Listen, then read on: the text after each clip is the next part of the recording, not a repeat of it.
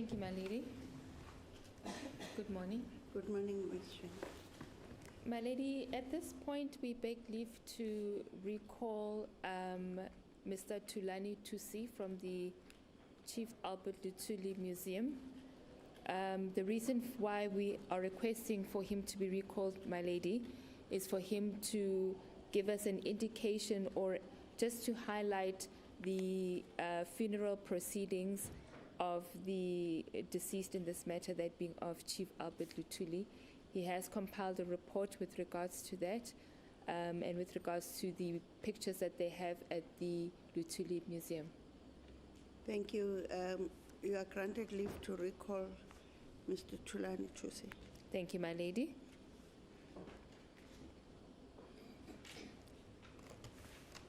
Good morning, Van Wyk.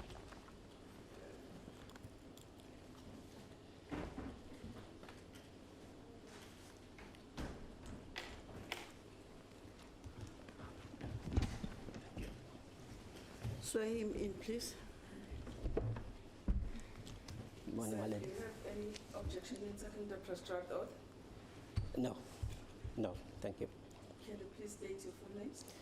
My name is Thulani Stanley Thusi.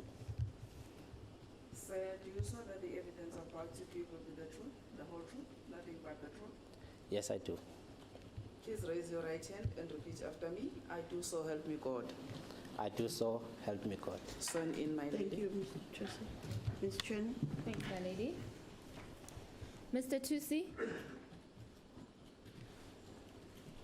you did give evidence before this court with regards to the route that Chief Albert Luthuli would have traveled on the 21st of July 1967. Am I correct? That's correct, my lady. Kunjalo ke mina ngingu Thulani Stanley Thusi nesifungo sesithathile uthi ngisothi ke ngade ngifaza phambilini uthi ngomzila wangothi nomzwane uLuthuli ngomhla 21 kuJuly 1967. And you did that as a representative of the Luthuli Museum in Groutville. Am I correct? Uqinisele mangithi ke ukwenza lokho phela nawe njengelunga le Luthuli Museum izigcina magugu zakhona ke akaLuthuli lapha eGroutville. Kunjalo? That's correct, my lady. Yebo kunjalo. You further compiled a report with regards to the funeral proceedings of Chief Albert Luthuli, and your report is dated the 2nd of May 2025. Am I correct? Ngiqinisele futhi mangithi ke wasuqoqela ke ezosihlanganisela ke umbiko ngomngcwabo kwakhe nomzwana uLuthuli lokwenza mhla 2 kuMay 2025. That's correct, my lady. Yebo kunjalo. Did you compile this report yourself? Ngabe ke lo mbiko uqoqe wena qobo lwakho?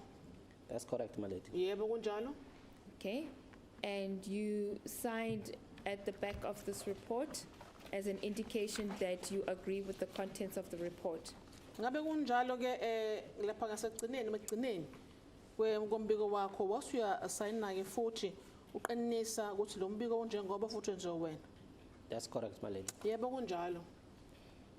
Also as an indication that you're the compiler of the report, correct? Nokuthi wena futhi umsunguli umbhali walo mbiko kunjalo? That's correct, my lady. Yebo kunjalo. My lady, at this point, I beg leave of the court to hand in the said report for ease of reference for my lady. Yes, thank you.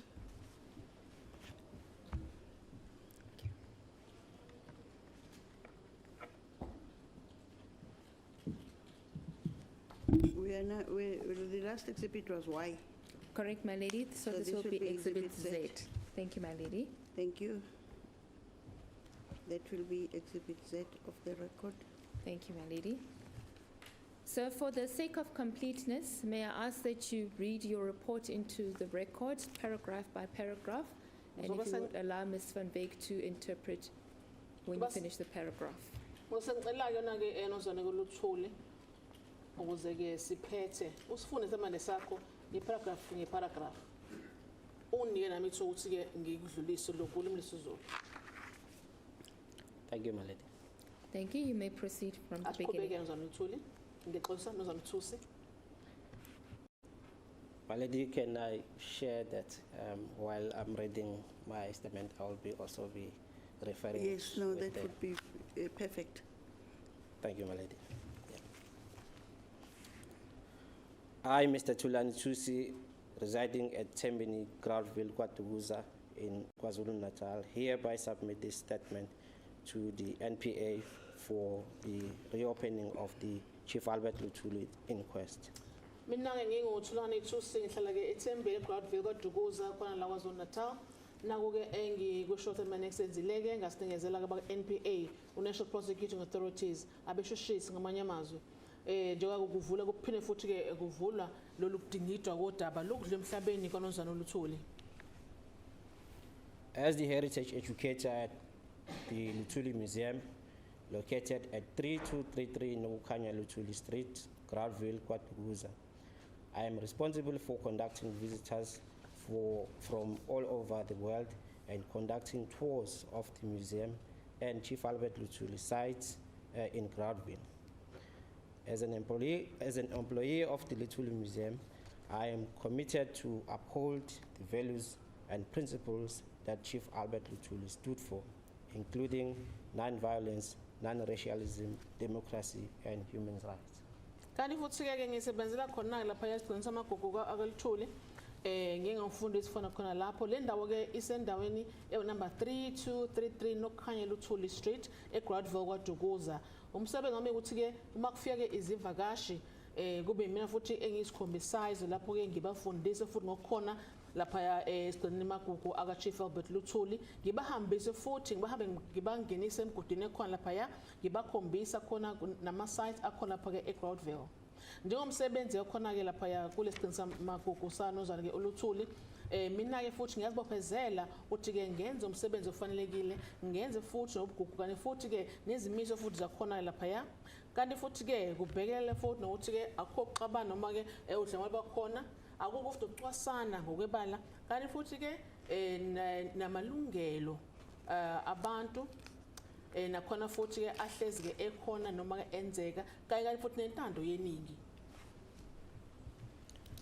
The Luthuli Museum is a site of international historical significance, dedicated to preserving and promoting the legacy of Chief Albert John Mvumbi Luthuli, a human rights champion and the recipient of the 1960 Nobel Peace Prize.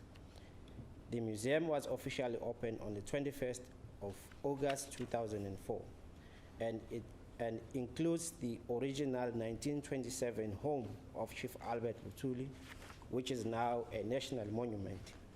The museum's mission is to research, collect, preserve, and promote the legacy of Chief Albert Luthuli, who has served as a President-General of the African National Congress, ANC, from 1952 until his ultimately death in 1967. Kanti futhi ke kuba khona kwami lapha esigcini magugu sakhona ke kwaLuthuli ukuthi phela ngenze lokufanelekile kuqoqwe imininingwane asuke ifanelekile nokuthi futhi sibambe phela ifa lakhe nozwane uAlbert John Mvumbi Luthuli ona futhi wayingqwele ekulweleni yamalungelo ke esintu wazathola ke ngisho ke indondo lapho ke wanikezwa isikhundla lapho ke noma isikhala sakhe ethola ke iNobel Peace Prize ngo-1960. Kanti futhi lesigcinisa magugu savula ngokuphelele mhla 21 August 2004 lapho ke kubalwa ke nomuzi wakhe wa-1927 ikhaya lakhe uChief Luthuli lapho ke futhi ke nayo kufanele isigcina magugu lesi la siqoqa khona izinto sizigcine ukuze phela siqhubeke nefa lakhe uNkosi Chief Albert Luthuli owayesebenza futhi njenge President-General ye-African National Congress ANC kusukela ngo-1952 kwaze wabuya yadlula ke emhlabeni ngo-1967. As part of my work experience at the museum, I have interacted with many visitors who are keen to learn about Chief Albert Luthuli's life and legacy. A key point of discussion has been the circumstances around Chief Albert Luthuli's death in 1967. Visitors often inquire about how Chief Albert Luthuli was struck by a train in 1967, given the mysterious and controversial nature of his death. ingxenye ke emsebenzi wami khona lapha esigcini Makuku ngiyabonana ngihlangane ke nevakashi eziningi kakhulu futhi ke nazo ezizimisele ukuthi zifunde zazi ngomlando wakhe ke uChief Albert Luthuli kanti futhi ke nefa lakhe. Okubaleka kakhulu futhi lezi zingxoxo kusekhuluma ke ngako kufa noma ukudlula emhlabeni kwaChief Albert Luthuli ngo-1967. Izivakashi lezi ziyafuna ukwazi ke lesikhathi eShaba nokwenza kanjani sashawa isitimela ngawo unyaka ka-1967 uma futhi sibheka ngendlela okwenzeka ngayo nangendlela ekuthiwa ke kwenza okumangazayo ngendlela ashona ngayo noma adlula ngayo emhlabeni.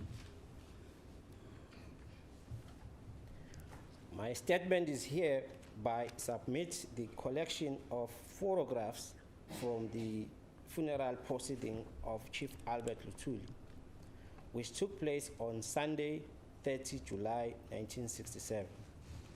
The funeral was held at Groutville United Congregational Church of Southern Africa, UCCSA.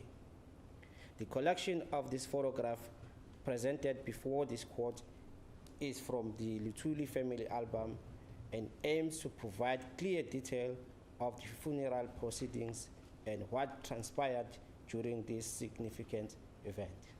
Kanti ke samene sameke ngiyabela ukuthi ke kunezithombe engasiqoqayo zawo ke umngcwabo nomthuno kaNozana Chief Albert Luthuli. Lo mngcwabo umhla wenza umhla 30 kuyisonto umhla 30 kuJuly 1967. Lapho ke umngcwabo lo wakade use Groutville United Congregational Church of South Africa, UCCSA. Uqobo wami ke lezi zithombe ngithatha khona ke kumalunga omndeni akhona Luthuli ngealbum abanikeza yona. Lezi zithombe zichaza ngokucacile ke ngenqubo nokwenzeka kulomthuno noma umngcwabo okubalekile nokubaleleka kwawo lo mngcwabo kaNozana Chief Albert Luthuli. The Luthuli family album, photographs of the funeral of Chief Albert Luthuli. My statement hereby wishes to present the proceedings of the funeral service of Chief Albert Luthuli through the photographic and were taken in 1967. These photographs provide a detailed visuals accounts of the funeral proceedings, which took place on Sunday, 30 July 1967 at the Groutville United Congregational Church of Southern Africa, UCCSA. These images serve as a valuable historical record, captured the emotions of the occasion, and are intended to support the inquest by providing visual evidence of the funeral service. Kanti zamanje sami ke ngifisa ukuveza lokho ke lokhu khona lana izithombe ezasakhona emthuneni kwakhe uNozana Chief Albert Luthuli ngo-1967. Lezi zithombe futhi ke ziyazivezela ngokuphelele inqubo yawo ke umngcwabo lo wenza mhla ka-30 kuJuly 1967 kuyisonto khona lapha esontweni iGroutville United Congregational Church of Southern Africa, UCCSA. Kanti futhi ke nesithombe futhi ezozibona ziyamagugu kakhulu ngokuthi ke sizibambe ke lemizwelo kanti futhi ke nokwenzeka khona lapho ngenhloso ukuthi phela sisekele le ludaba esingalo la ukuthi kutholakala ukuthi ke ukudlula emhlabeni kaNozana uThuli kwenza kanjani na nalo futhi ke nobufakazi futhi ophelele ngabo umngcwabo lo owawukhona ngo-1967. The funeral service. The funeral was a significant event attended by over 7,000 people from various backgrounds, including prominent political figures, activists, and international dignitaries. The church where the service was held was too small to accommodate the large crowd, reflecting to Luthuli's profound impact on the anti-apartheid movement and his enduring legacy. kanti futhi ke sesayini ingcwabeni manje umngcwabo lo okubaleka kakhulu ngoba ke kwakunosaziwayo kwakuneshofu lapho ke zazikhona ekulomngcwabo kwakunabantu ababengaphezulu kwa-7,000 kwangokuthi ke indawo lesasikulona lapha encane kakhulu ukuthi ke wonke umuntu wayekhona ukuthi wayengakwazi ukuthi ke angene ngaphakathi ke kulele sonto khona ke futhi lokho kwakuveza nokubaleka kwanonke lokho nomthelo futhi ukugwema ukuthi ke kube khona udlame noma ke ukuhlona abantu kwenza konke lokho base futhi kuba nesibambelelo salo ifa lakho lonzwana uLuthuli. On Sunday, 30 July 1967, Chief Albert Luthuli's funeral began at 9:30 a.m. with a prayer session at his home in Groutville. The solemn starts to the day allow the family and friends to mourn together and pay their respect in the deeply personal and spiritual manner before the proceeding to the main service at the church. Ngesuku mhla 30 July 1967 Chief Albert Luthuli ngcwaba olunga 9 ke kuseni la kaphunya ekhaya ngomkhuleko khona eGroutville nokukhuleka futhi ke uzothwa kwalabo ababekhona amalungu omndeni abangani ababezo bonke ke emswaneni nokuzokhumbuza nje ukumhlonipha unomzane Chief Albert Luthuli nangendlela futhi kokuhlunga khona nangendlela futhi inqubo ehamba ngayo sekuya lapho ke esontweni. Before you proceed, sir, what is being reflected on the screen there?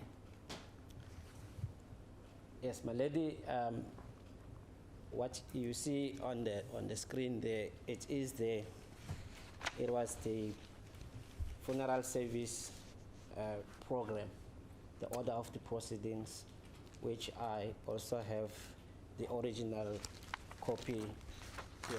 Yes, it's hardly visible. Yeah. I mean the words. Can Yeah, you I've read got- them? Okay, yes. thank you. Yeah.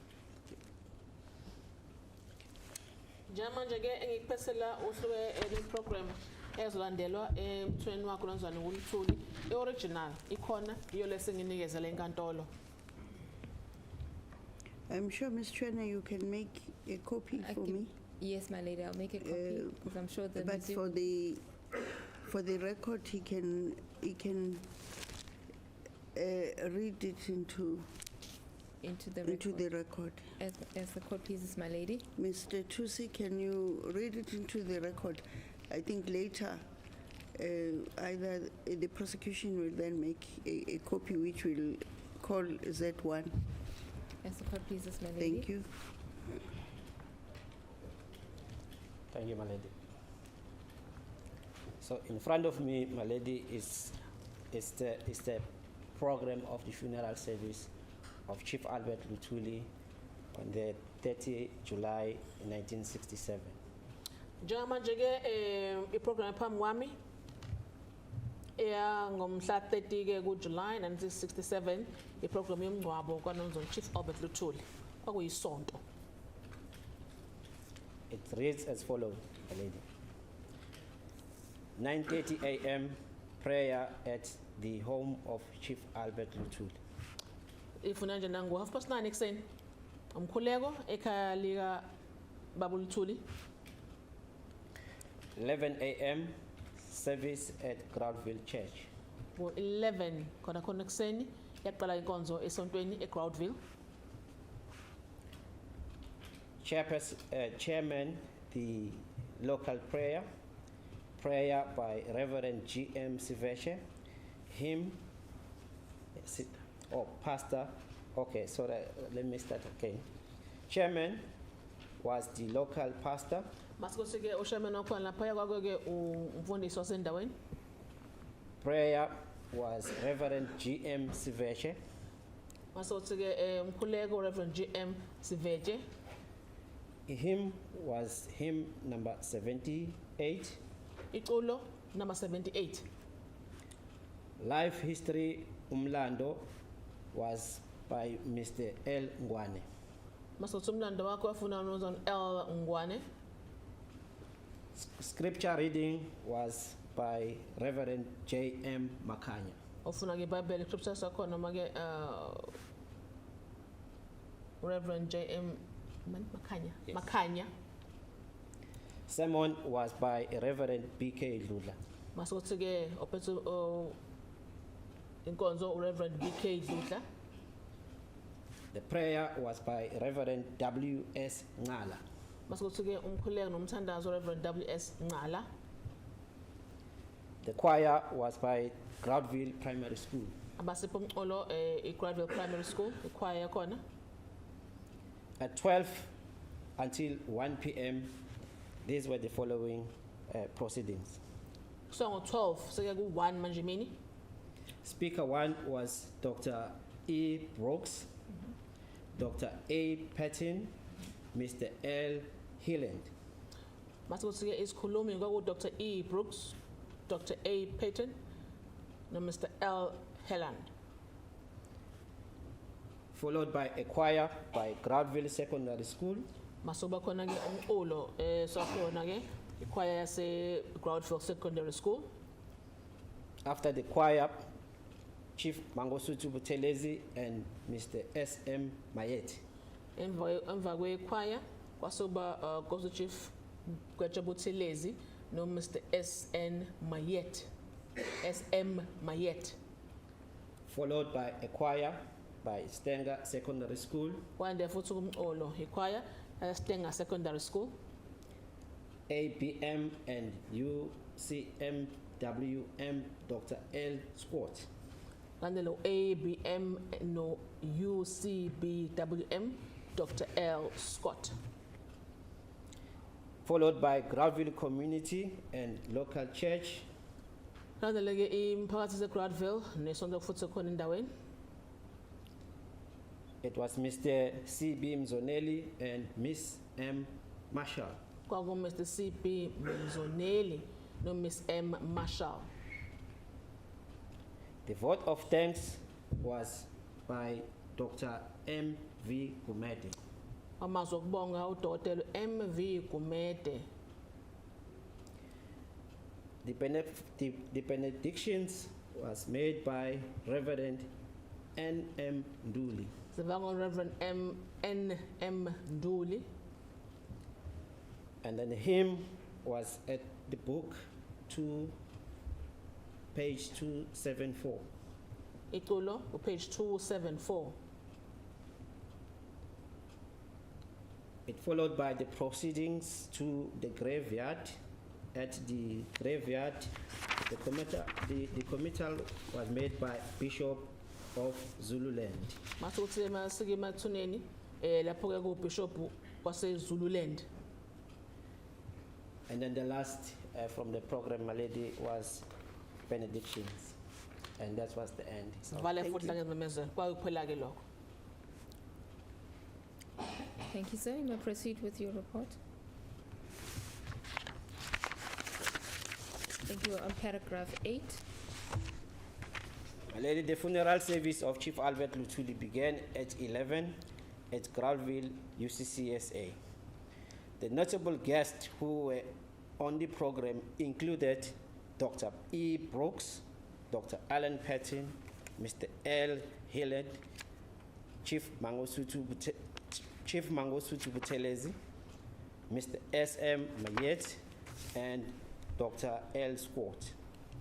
The music for the service was a beautiful rendered by the Groutville Primary School Choir and the Stenger Secondary School Choir. Umngcwabo ke noma inkonzo yomngcwabo ka Chief Albert Luthuli iqala ngo11 ekseni eGroutville UCCSA lapho ke izivakashi noma ke eziphanyelwayo isicukuthwane baze khona lapho yakuhlweni lesi silifundile kwakhona Dr. E. Brooks, Dr. Ellen Payton, Mr. L. Hilland, Chief Mangosuthu Buthelezi, Mr. S.M. Mayet no Dr. L. Scott. Umculo omnandi ke esawuphiwa wona ke lapha kwakuyi i-primary school yase Groutville, ichoir khona neStenger Secondary School. My lady, the church was too small to accommodate all the people who attended the funeral, resulting in many having to observe the proceeding from outside. International dignitaries and members of the Luthuli family were given a reception inside the church.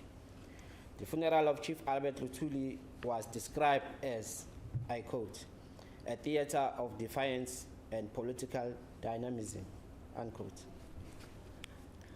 This event brought unity and multiracial, with all races present to pay a tribute to Chief Albert Luthuli. There was a strong police presence at his funeral.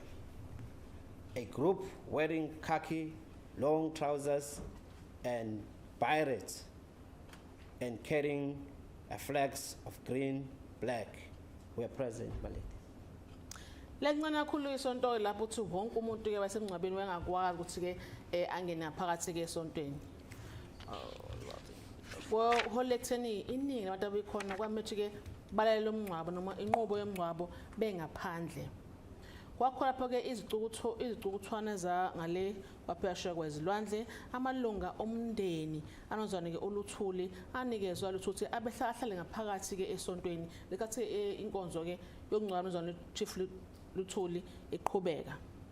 Kanti futhi ke unozwana uLuthuli wachazwa njengomuntu lana osesihlalweni sesikhundleni ekansa kakhulu ukuthi ke kube khona abantu bemhlanganisa lapho kanti ke futhi kuhlanganiswa abantu khona lapho kuluya futhi nabo ke ukucwasana kanti futhi abantu abaningi babekhona lapha kuwo umncwabo ababezobhonga emswaneni noma bezokhuluma kahle ngayo nozwane uLuthuli.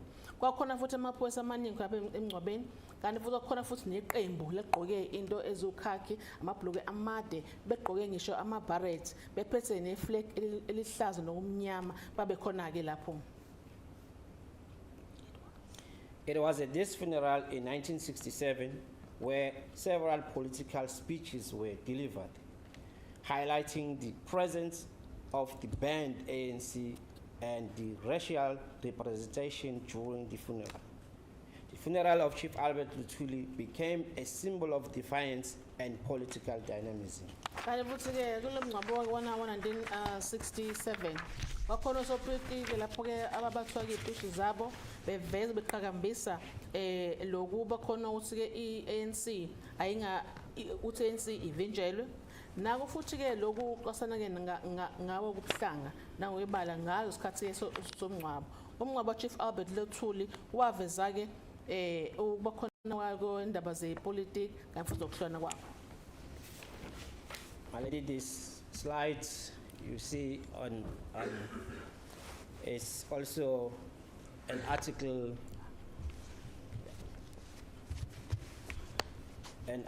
from Ilanga newspaper. This was an article on the 5th of August 1967. We see on the article the images of the crowd. They carrying those flags. You see the image of the people wearing the brown khakis, the uniform of the African National Congress, if I may refer in that manner.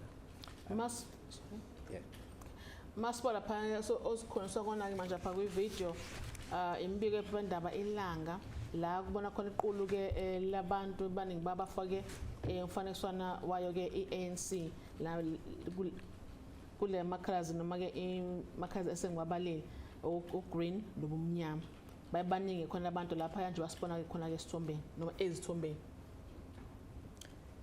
The next image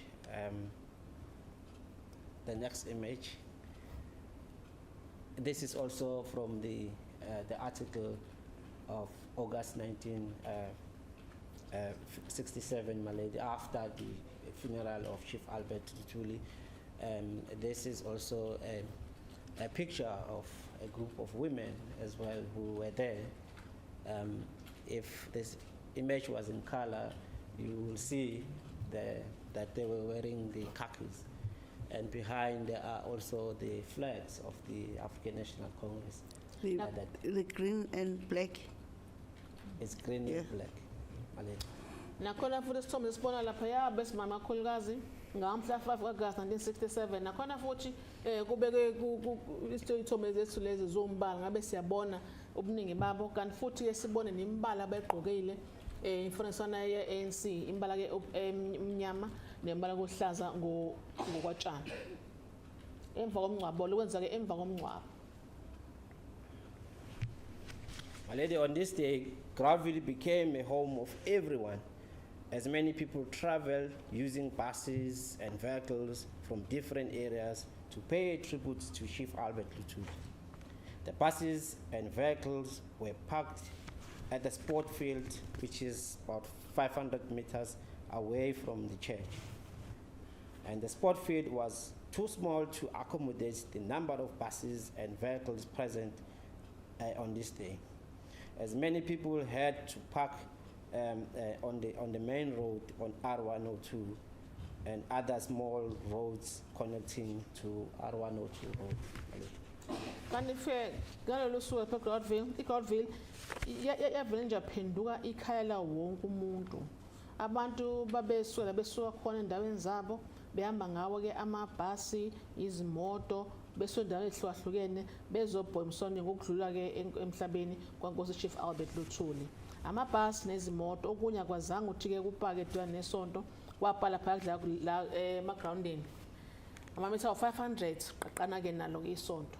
Kwakube nawo amaground lawo ke ayimancane kakhulu ukuthi angakwazi ukuthi wonke amabhasi ayekhona nezimoto zikhona zipake khona lapho ke kuleyo ndawo.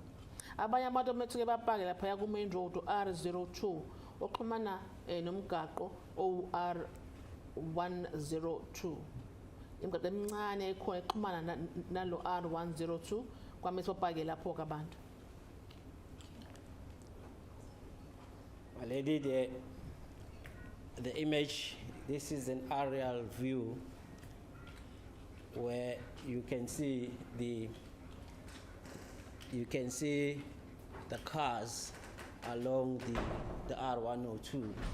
So this was the aerial view, which was also showing what was happening and how many people were present at Chief Albert Luthuli's funeral.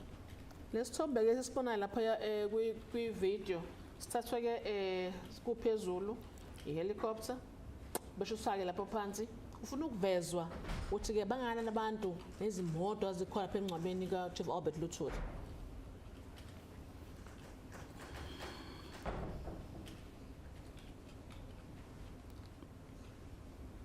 My lady, on this picture, you can see the church.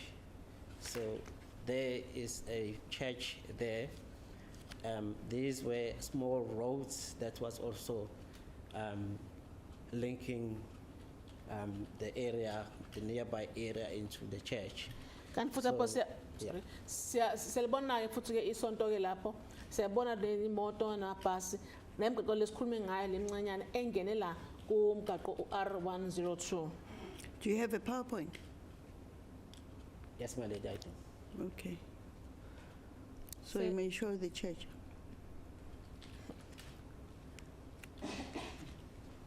Okay. My lady, this is R102 road, which is the main road, which from Durban which connects Durban to Stanley. The old road, not the Yes. toll road. Yeah, the Okay. R102. Okay. So I'm pointing now the church. So this is the church here. This is the UCCSA church. Lanko Okay. khona ke isonto ke leste iUCCSA. Nomgaqo ngokhombile ke ilo o ngena ke emgaqo zethu Queen. So what you see in these dots here, my lady, these are the cars. Lo ngikhomba yoko esibona lapha ke imoto. And then outside the church here, you can see the crowd, people who were there. Masikuthi ngephandle lapha Unfortunately, they were not able to be inside the church because, as I indicated, the church was too small to accommodate everyone on the side. Oh, thank you, Mr. Tusi. labo ke kuba khona isonto nabantu bayabona lapha begcwele ngaphandle kodwa ngisho ukuthi isonto libancane kakhulu ukuthi ke kungene wonke umuntu ngaphakathi esontweni.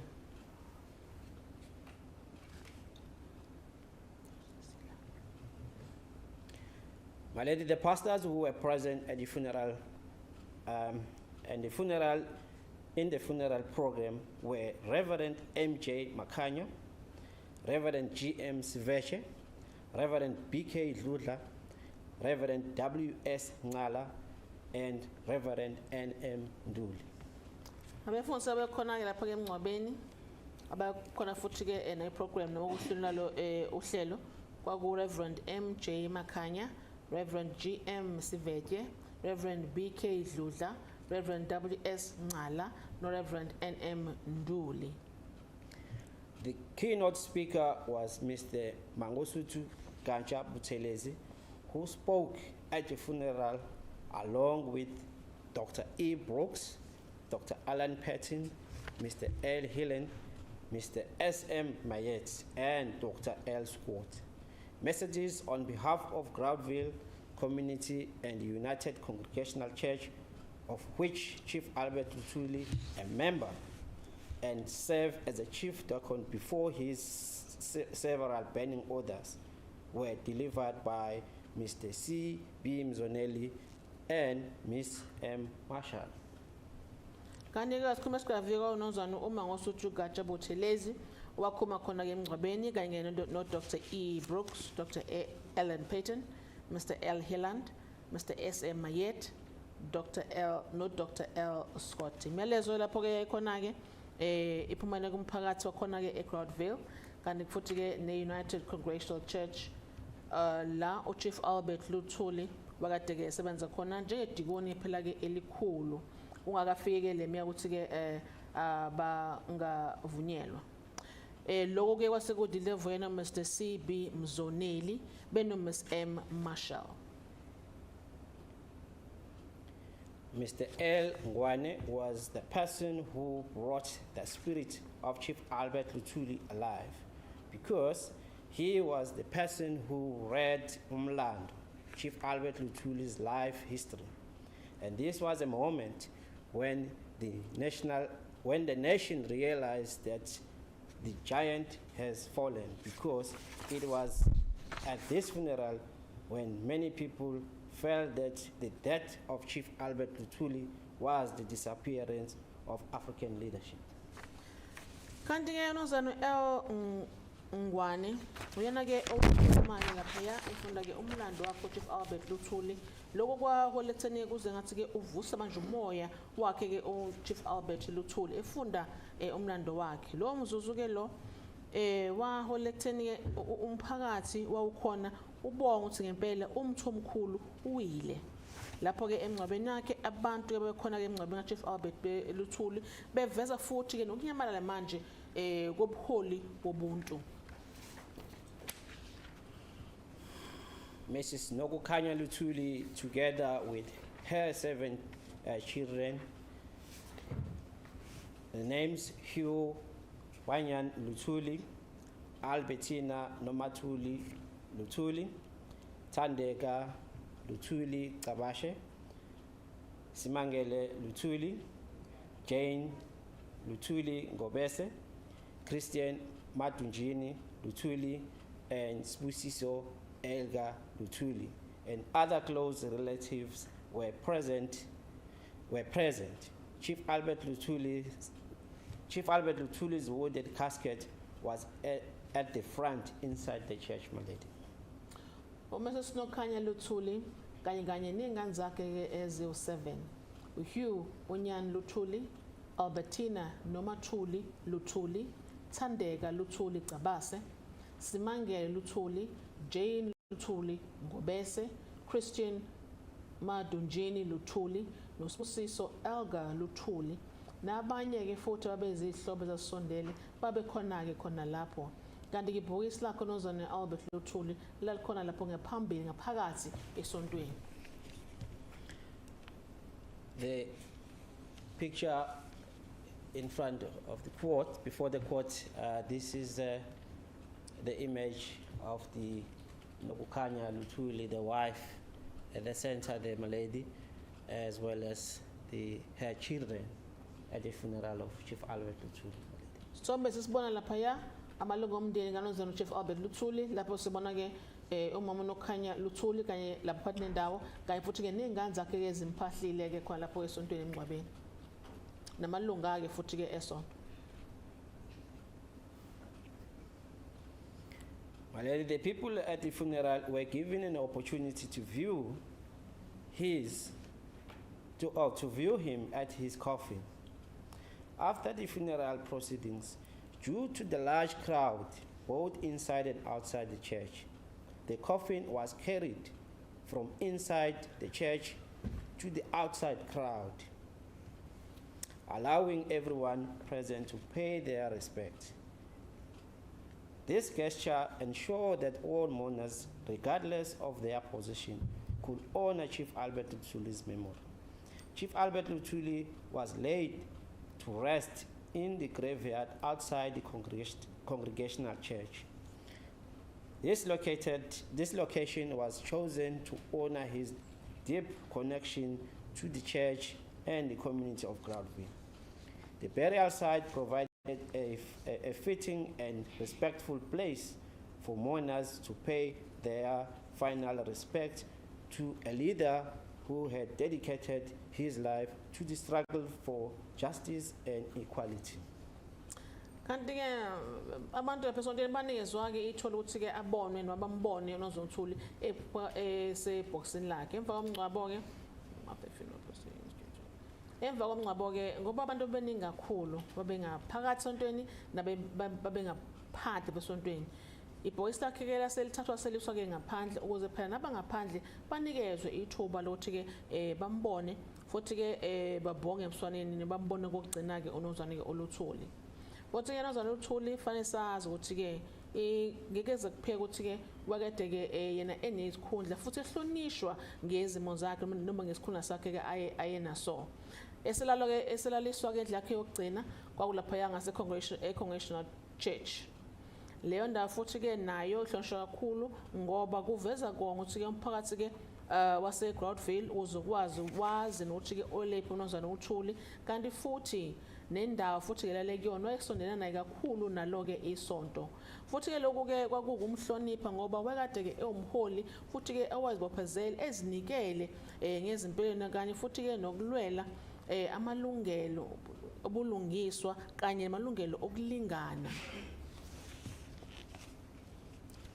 My lady, the funeral closing remarks was delivered by Dr. M.V. Gumede on behalf of Luthuli family. Kanti umuntu obesefinqa sebongela ke umnumzana umndeni kaLuthuli kwaba udokotela uMV Gumede.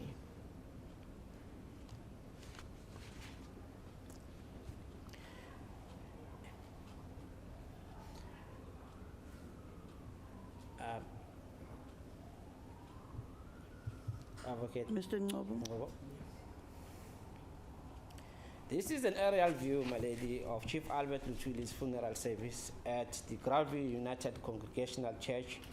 Provides a comprehensive perspective of the large crowd that attended. This picture clearly shows the significant number of people outside the church who gathered to pay their respect to Chief Albert Luthuli.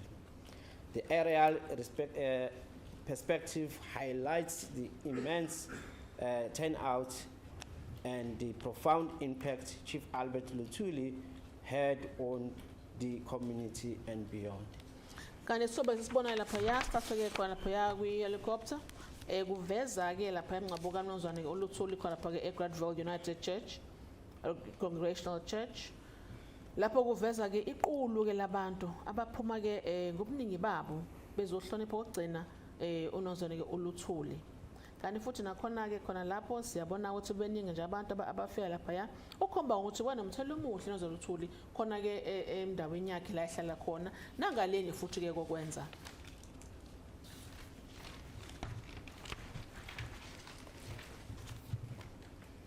My lady, the picture provides a clear view of the large crowd of people who attended the funeral, people who attended Chief Albert Luthuli's funeral service. It highlights the diversity of the attendees. showcasing individuals from various backgrounds and community who came together to honor his legacy. This image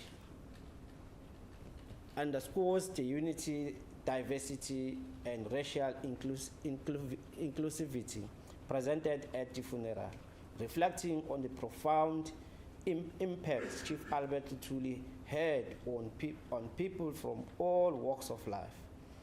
Additionally, the presence of police and special branch officers at the funeral, the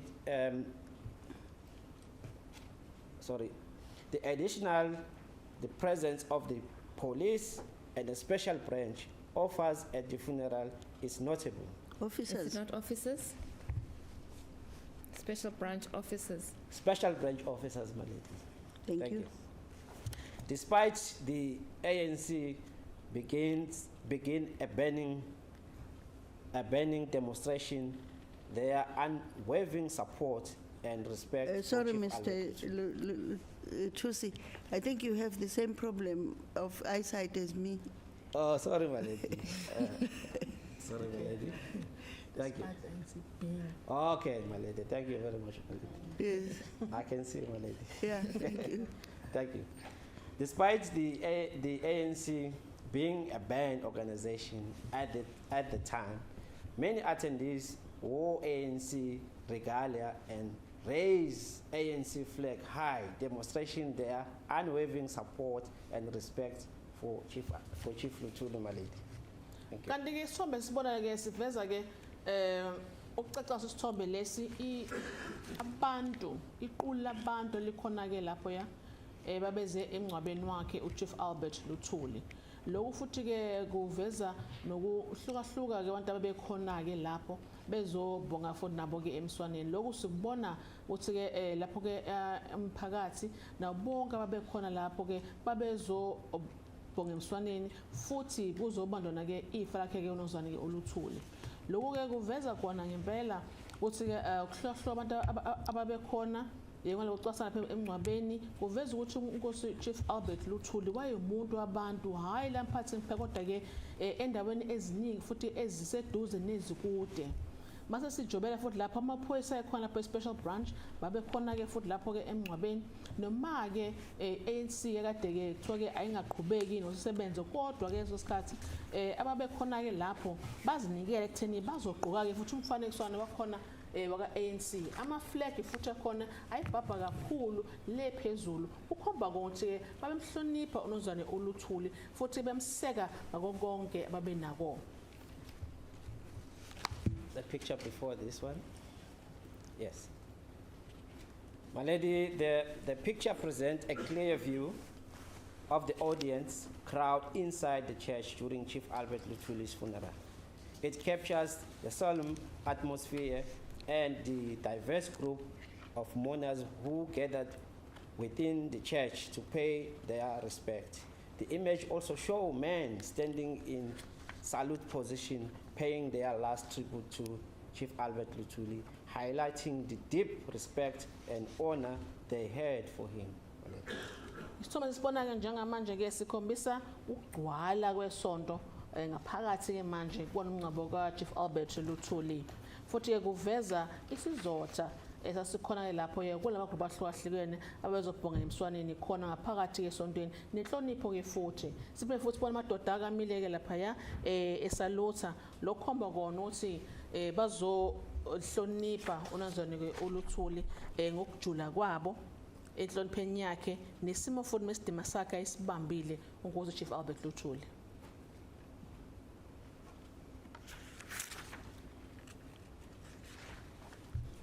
The next one. Yeah.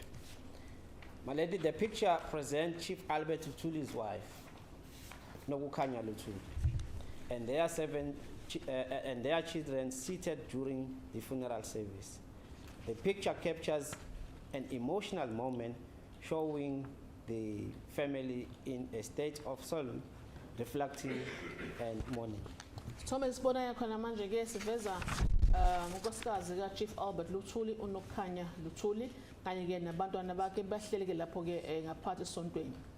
Futhi ke kuveza ke nemizwelo ukukhoniswa ibona ke amalunga omndeni kanti futhi ke nesimo sabo sokuzotha njengoba bebehanjelwe.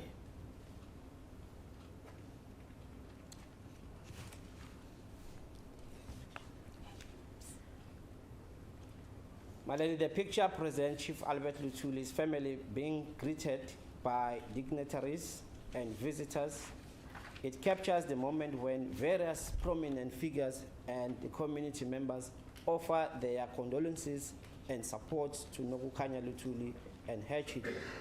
The image highlights the respect and solidarity shown by the attendees, reflecting the widespread admiration for Chief Albert Luthuli and the collective support for his family during their time of mourning. Kanti isithombe esisibonayo ke manje kuveza amalungu omndeni kaNozwane ke uLuthuli la bezobingelela khona ke izicukuthwane kanti futhi nezinye ke izivakashi. Lokho futhi ke usibambela ke lo mbono ke ukuthi uChief Albert Luthuli kokhona ke nosaziwayo abaziwayo khona la ngcebeni wakhe kanti futhi nabo laba ke ababezobhonswaneni bezosekela uNokukhanya Luthuli kanye nabantwana bakhe.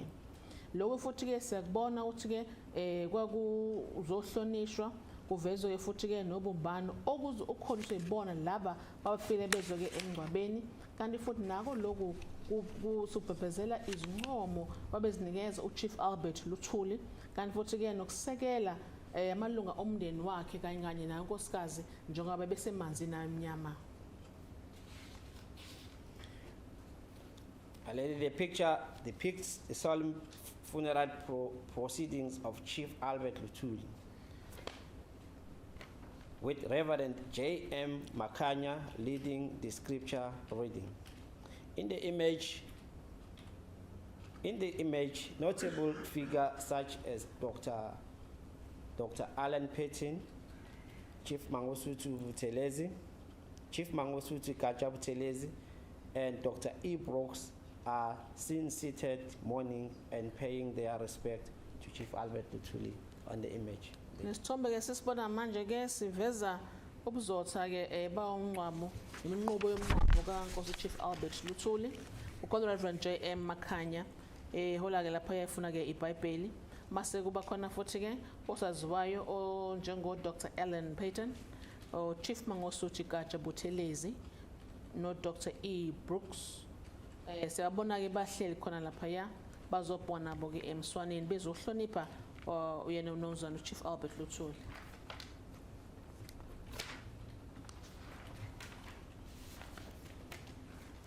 Malady, the picture presents Mr. Nkosinathi Yengwa, who was a highly respected poet, Imbo, standing in front wearing his traditional Zulu regalia and holding ihlahla in his right hand. He was praising Nkosi Albert Luthuli with his songs, Izibongo, at Chief Albert Luthuli's funeral. Malady Nkosinathi was a brother of Mr. Masabalala Yengwa, who served as a provincial secretary of the Natal ANC under Chief Albert Luthuli's leadership from 1952 until 1960.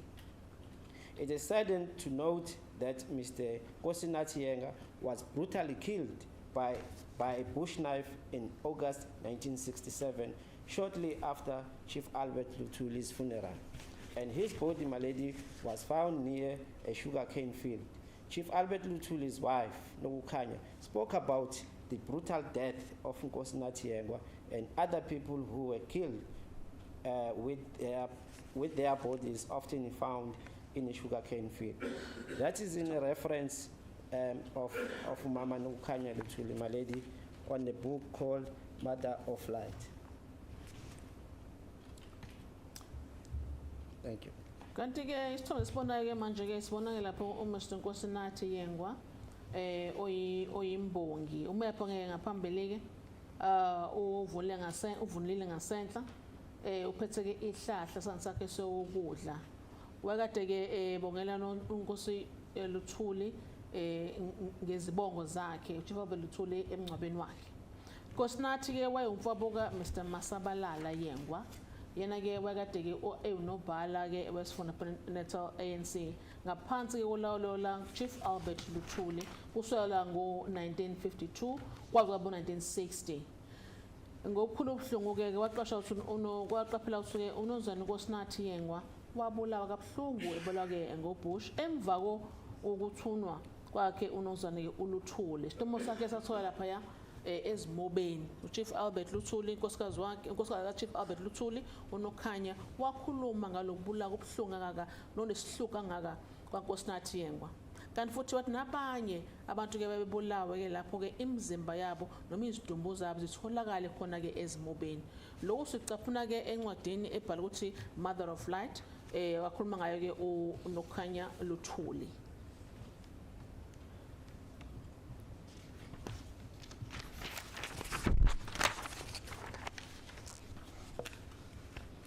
My lady, the picture presents Chief Albert Luthuli's casket being opened, ready for the mourners to come to pay their last respect.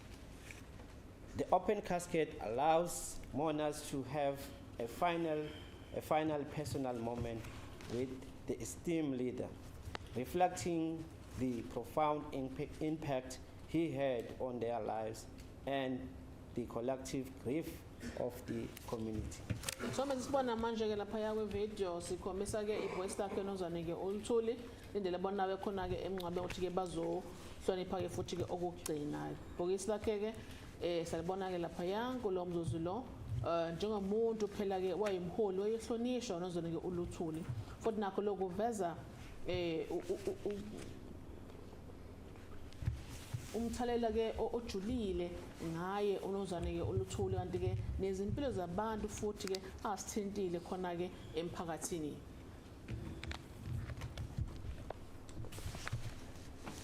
Already the picture shows the coffin of Chief Albert Luthuli placed in front of the church, draped with the African National Congress flag. Sibone futhi lapha ya ivoice lakhe nozane Chief Albert Luthuli lapha esondweni ngaphambili limbozwe ke nge-flag le-ANC African National Congress.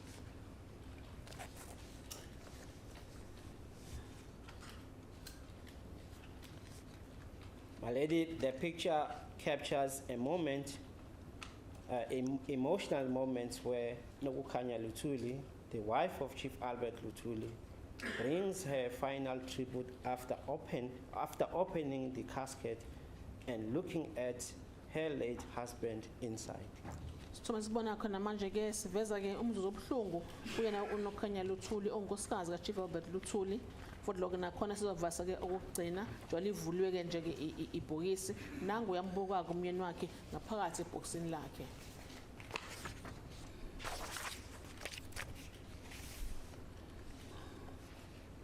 My lady, the picture shows the coffin of Chief Albert Luthuli being opened and prepared for people to view him and pay their final tributes.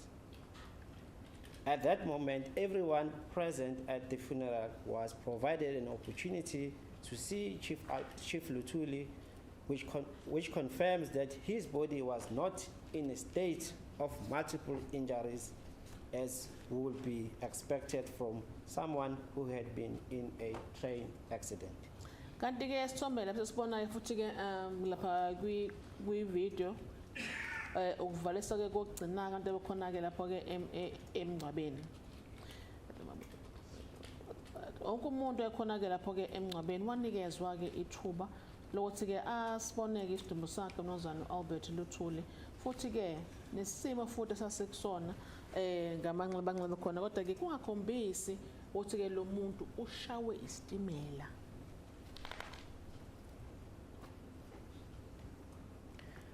Lady, the picture shows people attended the funeral being given the opportunity to pay their tribute to Chief Albert Luthuli by viewing his body inside the coffin. This moment was significant as it allowed mourners to honor and remember Chief Luthuli, who was tragically struck by a train. Nesithombe ke sikhombisa ke umzuzu obuhlungu kakhulu La kubanikeza khona ithuba ukuthi ke bamboneke bazimasidimo sakhe ebhokisini unozane ke uLuthuli. Lo mzuzu ke obuhlungu waphela kwakumele ukuthi ke bambone uChief Albert Luthuli njengoba kuthiwa ke wayeshawe isitimela.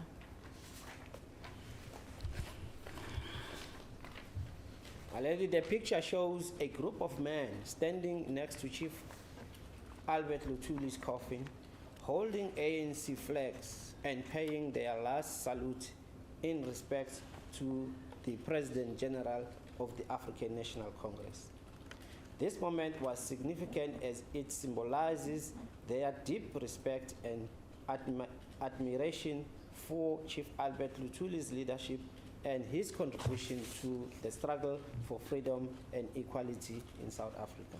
Kani some sisikhomusa amaqulu abantu besisake beme lapha ya eduzanalo ke ibhokisa ke unozane ke uLuthuli bebambe nama flag noma iflag ke le ANC bemsalutha futhi ngokumhlonipha njengo President General we African National Congress. Lo mzuzu ke futhi obalekile ngaphela uveza ke ukumhlonipha kakhulu kanti futhi nako umuntu unozane ke uLuthuli ngobuholi bakhe kade ebenza futhi nemthelela yakhe noma ke nendlela ayenza ngayo ukuleleke kulela ke inkululeko kanti futhi ke nokulingana eSouth Africa.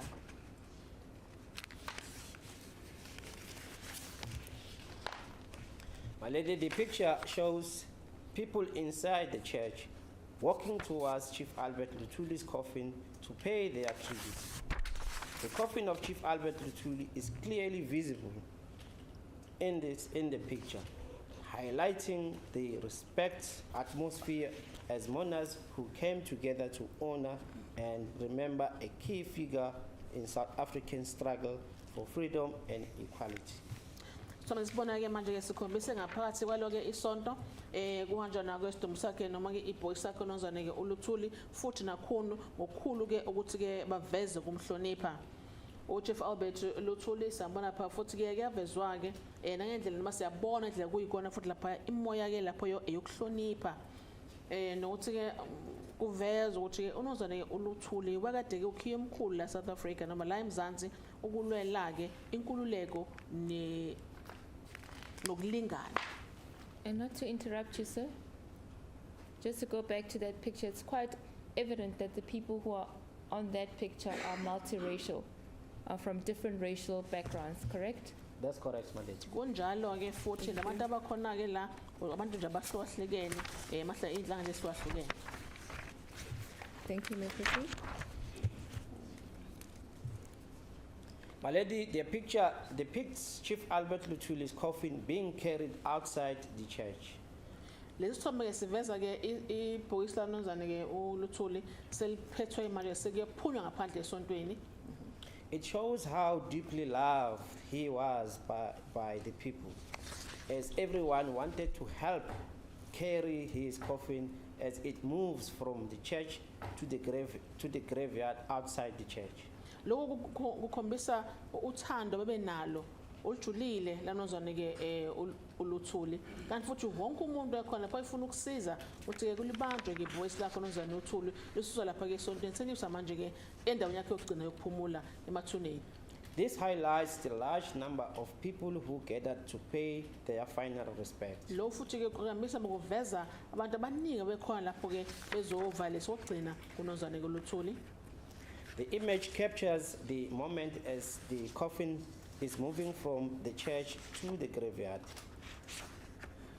Kanti ke futhi lomzuzu ukhombisa lesukusuka kwalo ke ibhokisi nozone uLuthuli lisuka lapha ke esontweni sele manje ke endlini yakhe yokugcina.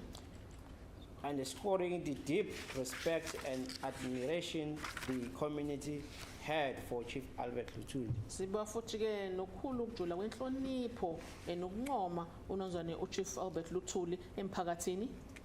Nokukhanya Luthuli further explained in her book that because of the large crowd of people who were inside the church, there was no other way to move the coffin the coffin outside. People had to carry it singing songs as it moved until it reaches it reached the graveyard outside the church. Unokhanya Luthuli uyaqhubeka futhi uyachaza lapha encwadini yakhe ebhala ukuthi ke abantu ababeningi kakhulu ke lapho babengaphakathi ke esontweni wethu. Kwangekho nje indlela ukuthi ke iphume ke lona ke ibhokisi. Abantu ke babekumele ke baliphathe becula ke futhi lapho so njengoba siyasuka lapho seliya manje ke emathuneni ngaphandle kwalo ke isonto.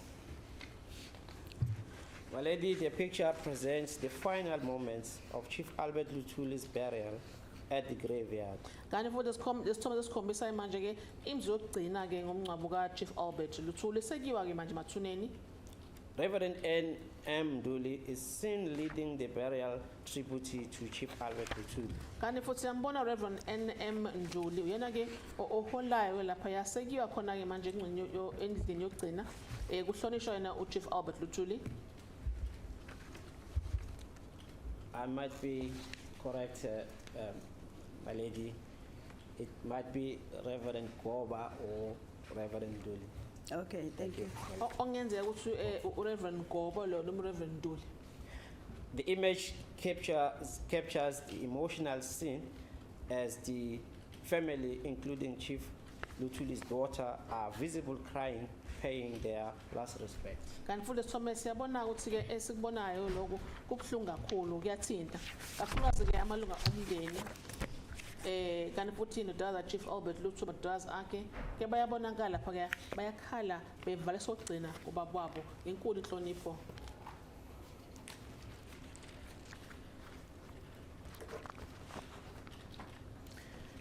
My lady, picture a poignant moment during the unveiling ceremony of Chief Albert Luthuli's memorial at his grave at Groutville United Congregational Church in 1972.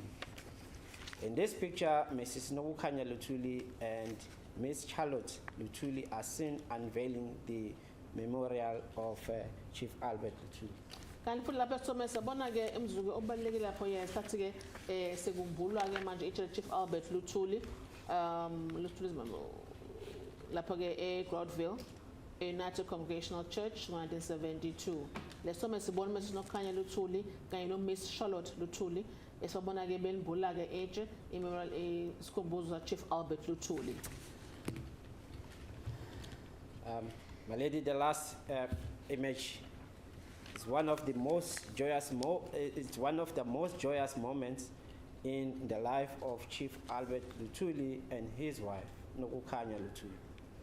And this moment was when Chief Luthuli was awarded the Nobel Peace Prize in 1960 for his non-violent struggle against racial discrimination.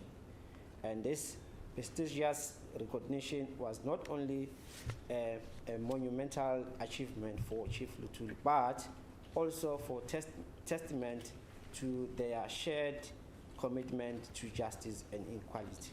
Kanti sithobe sokugcina ke sisibonayo ke la kwakuyimzuzu yabo nje emnandi enentokozo kusaphila ke Chief Albert Luthuli nenkosikazi wakhe uNokukhanya Luthuli. Lo mzuzu ke la uNozana Luthuli la ke senikeza khona ke iziqu zakhe zosuke the Nobel Peace Prize 1960 ngokusebenza kwakhe kakhulukazi ke ngomzabalazo futhi nakhona engafuni indaba ukuthi ke kube khona ucwasana. Lo mzuzu ke lo sobonayo ke la akuve ukuthi ke umzuzu nje kuphela kodwa ke into nje le ebalekile futhi ihole ekutheni ke umuntu ukholakale ngomsebenzi wakhe ayewenza futhi nokuzinikela kakhulu ukuthi bekhona ukulungiswa nokulingana. Thank you, Mr. Tusi. Thank you, my lady.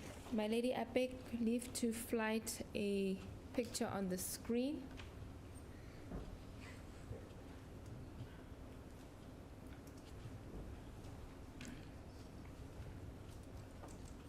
Yes, you may.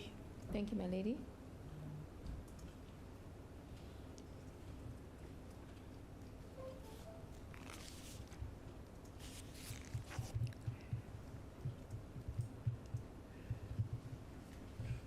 Sir, do you recognize that picture that's on the screen? Angabe sithobe sibona nje manje uyasibona uyasazi? Yes, my lady. Yebo. And does that picture form part of the Luthuli Museum collection? Ngabe ke lesi sithombe ke singxenye kwalamkoleko kwalapha ya isigcina makoko sakalithola. That's correct, my lady. Yebo kunjani? Okay. The individual that is inside, it's quite obvious that there's an individual inside a casket or a coffin. Am I correct? Qinisile bangithi ke cace ukuthi kunomuntu olapha kule bhokisi. That's correct, my lady. Yebo kunjalo. Who is that individual that's inside that casket or coffin? Ubani lo simona phansi ke kule bhokisi? My lady, that's image of Chief Albert Luthuli inside his coffin at the funeral service in 1967. Unozona Chief Albert Luthuli ebhokisini lakhe ngomncwabo wakhe ngo-1967. So that picture was taken on the 30th of July 1967 at the funeral. Ngabe somo sathathwa ngomhla 30 ke kuJuly 1967 engcwabeni wakhe. That's correct, my lady. Yebo kunjalo. With my looking at that picture, sir, let me know if you agree with what or my interpretation of that picture. Uzongasema ukuthi uyavumelana nami ngendlela nesithombe ke engisibona ngisifunda ngaso. I see an individual who is inside a casket or a coffin Ngibona umuntu ke oleleke kwi-casket noma ibhokisi lomncwabo. whose body is intact. Umzimba wakhe futhi nje uphelele. In other words, there are no missing limbs or any body parts from what I'm seeing on the screen. Are you seeing the same thing? Ngamazi ke ngithi ke akho lutho nje engithi emzimbeni wakhe khona ngekho. Ngathi konke nje kusesimeni. Ngabe ke ngendlela engibuka ngayo na ubona ngese ngibuka ngayo. That's correct, my lady. Yebo kunjalo. And looking at the facial features of this individual who you say is Chief Albert Luthuli, on his face there are no major visible scars from what I can see on the screen. Do you see the same thing? Ngokamuke ukubona akho nje imphuzu ebonakalayo ebusweni bakhe. Ngabe nawe ubona into efanayo nale ngiyibona? That's correct, my lady. Yebo kunjalo.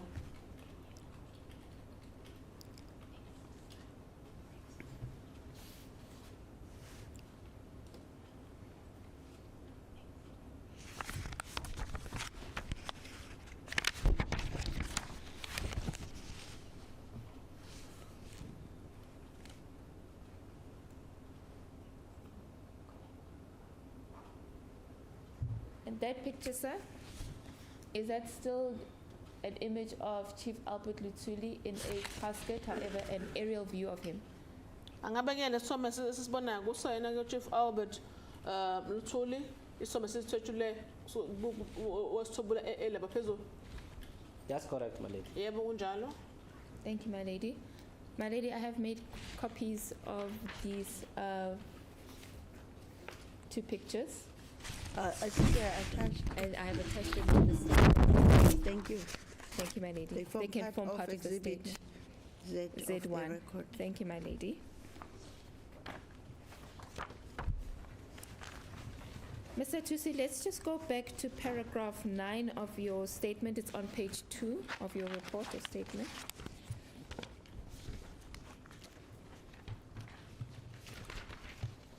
Are you there? Yes, my lady. Thank you. On the 4th line of paragraph 9, you say that the funeral of Chief Luthuli was described as, open quote, a theater for defiance and political dynamism, close quote. I'd like to find out from you, sir, who described this funeral as such? Thank you, my lady. This is the reference of the day, Sunday, the 30th of July, 1967. The articles that were produced after the funeral of Chief Albert Luthuli, they reflect on what was happening on the day of Chief Albert Luthuli. So this was a day which brought multiracial groups into one event, which was the funeral of Chief Albert Luthuli. Yabona lana ke kule paragraph esicaphunayo. Ukhotha mene samla la kuthi khona ke umncwabo wa Chief Albert Luthuli wachazwa ngokuthi a theater for defiance and political dynamisms. Lokho kusho ukuthi ngawumhla ka-30 kuJuly 1965 ngumncwabo wakhe uNkosi Chief Albert Luthuli. Lo mncwabo uhlanganise abantu abahlukahlukene kanti futhi ke nesihlangu esihlukahlukene kulomncwabo kuzo phanyiswa noma kuzo bungazwa noma kuzobhunga emswaneni ngokudlula khona uZana uLuthuli. Am I understanding you to say that this is a caption from one of the newspapers at the time? Ngabe nguzwa kahle uma ngithi lokhu ke ekwakubhalwe ephepha elithize ngaso sikhathi iphepha lezindaba. That's correct, my lady. Yebo kunjalo.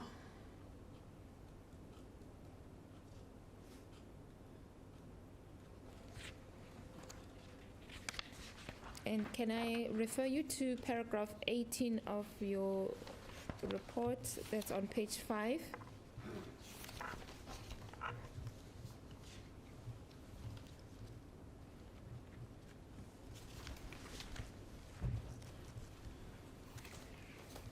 The 5th line from the top, you state as follows: additionally, the presence of police and special branch officers at the funeral is notable. Do you see that? That's correct, my lady. Thank you. Kunjalo ngiyakubona okubhalwe la. Wathi ke mase ngijobela lapho ke nokuba khona kwamapholisa ne special branch amapholisa khona lapho babe khona futhi kwaqashwa lokho noma kwanakela ukuba babe khona emncwabeni. Just out of interest, sir, how is one able to depict the police or the special branch from that picture? I think you were, on your statement, it's Exhibit A. Maso ongivezele ukuthi ke kanjani ukubona amaphoyisa ne special branch lapha ya ku falso ewakho. My lady, although we cannot see the special branch or the police in the images, Noma singeke sikwazi ukubona amaphoyisa ke ne special branch la kulezi zithombe. but with reference to the oral interviews of the people who were there at the funeral service, they've indicated that on that day, police were visible. They were at the funeral of Chief Albert Luthuli for entire proceedings on that day. Kodwa ke ngokukhuluma nabe bekhona ke lapho ke emngcwabeni bekhona emngcwabeni bakuveza ukuthi ke amaphoyisa ayekhona sonke uqala umngcwabo Chief Albert Luthuli kwazi kwaba ke usekupheleni ebonakala futhi nawo lamaphoyisa kuba khona kwawo. So if I'm understanding you correctly, you've had interviews with people who were present at the said funeral in 1967. Uma ngizwa kahle wakhulumisana abantu abekhona lapho emngcwabeni ngawo July 1967. That's correct, my lady. Yebo kunjalo. Furthermore, my lady, this is also the book which reflects Chief Albert Luthuli's wife. So there is a chapter here, my lady, which is called My Life After My Best Friend. Kanti futhi ke nakhona le bhuku ke engiliphethe kukhona ke la kune chapter ebhala ukuthi ke impilo yami emva kokudlula emhlabeni kwamngani wami omkhulu. Yeah. Ukufa komngani wami omkhulu.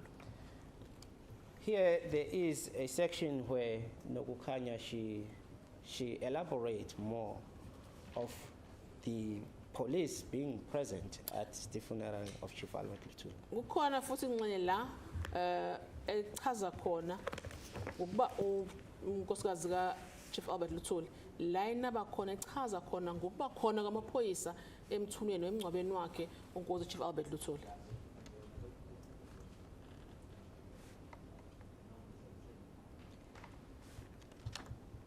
And may I just refer you to page 9, paragraph 28 of your statement?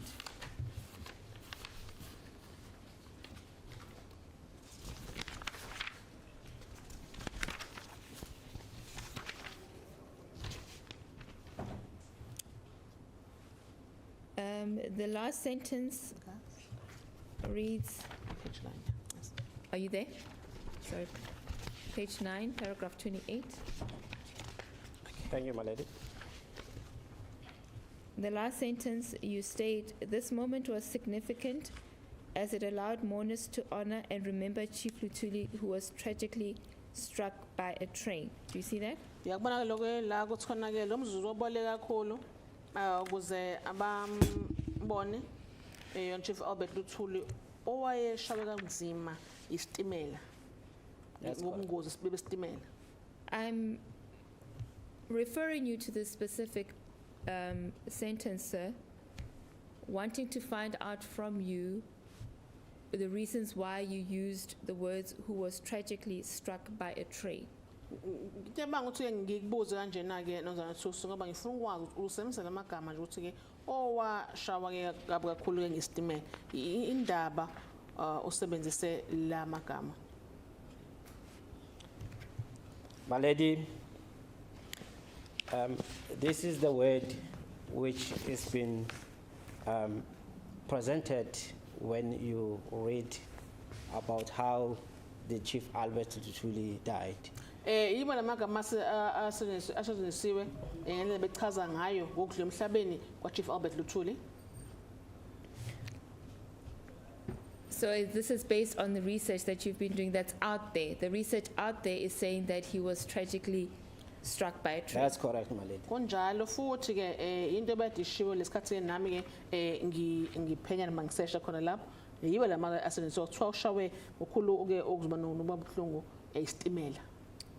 My lady, I don't have any further questions for this witness. It's 1 o'clock, but I just seek the court's indulgence just for a second. I just want to converse with my colleague. Yes, Thank Mr. you. Ngoba. Thank you.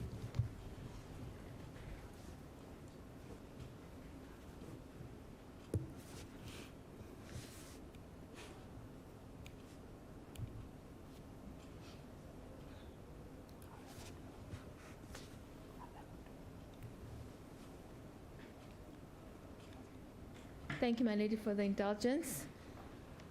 My lady, we don't have any more witnesses lined up for today. We are requesting that the matter be adjourned till tomorrow for the evidence of further witnesses. Thank you, Mr. Ngoba. You didn't have questions for this? I confirm that I have no questions. Thank you very much. Mr. Thusi, Yes, thank you very much for the additional information that you have provided and with the viewing of the image of Chief Luthuli, his funeral, and thanks a lot. You are excused for today. Thank you, my lady. Siqedile ngalofakazi. These proceedings now stand adjourned till tomorrow, the 20th of May 2025 at 10 o'clock. So kuhlale futhi sasa komhla 20 kuMeyi nyakeni ophezulu ngo10 ekseni. Thank you. Indulgence.